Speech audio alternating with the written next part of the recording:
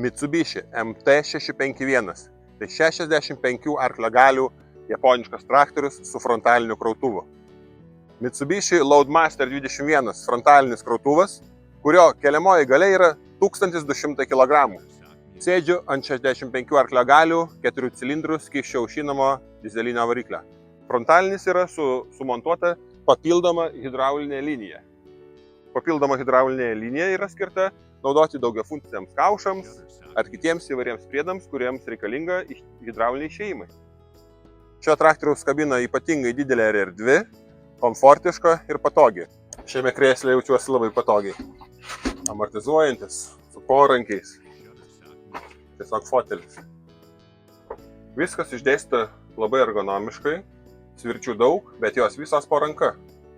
Štai čia turim važiavimo krypties keitimą, reversą svirtį, šviesų, posūkių signalų, hidraulinis frontalinio krautuvo valdymas, palėtintos pavaros, akceleratoriai, pagrindinės pavaros, hidrauliniai išėjimai gale valdomi patogioje vietoje taip pat. Komfortiška kabina turi taip pat ir klimato kontrolės valdymą, vasarai oro kondicionierius, žiemai šildymas. Malonumas ne tik vėsioje kabinoje su oro kondicionieriumi, bet labai smagu ir atsidaryti langus, važiuojant, pakvėpuoti gryno oro su vėjeliu.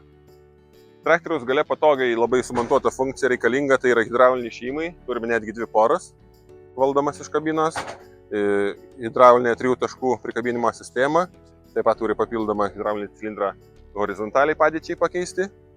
Padargų prikabinimo atkabinimo metu labai svarbu hidraulinės sistemos aukščio lygio palaikymas, reiškia pasireguliavimas aukštyn žemyn arba su cilindro pagalba horizontalus pavertimas. Tai prikabinėjant padargą nereikia bėgti į kabiną, kažką pareguliuoti aukštyn žemyn, mes iš čia viską padarome vietoje. Mitsubishi MT651 galingas japoniškas traktorius su frontaliniu krautuvu. Kaina 26 000 eurų su PVM. Kviečiame atvykti į japoniškų traktorių centrą Agrotexas, pasikonsultuoti, apžiūrėti ir išbandyti vietoje šį puikų japonišką traktorių Mitsubishi MT651.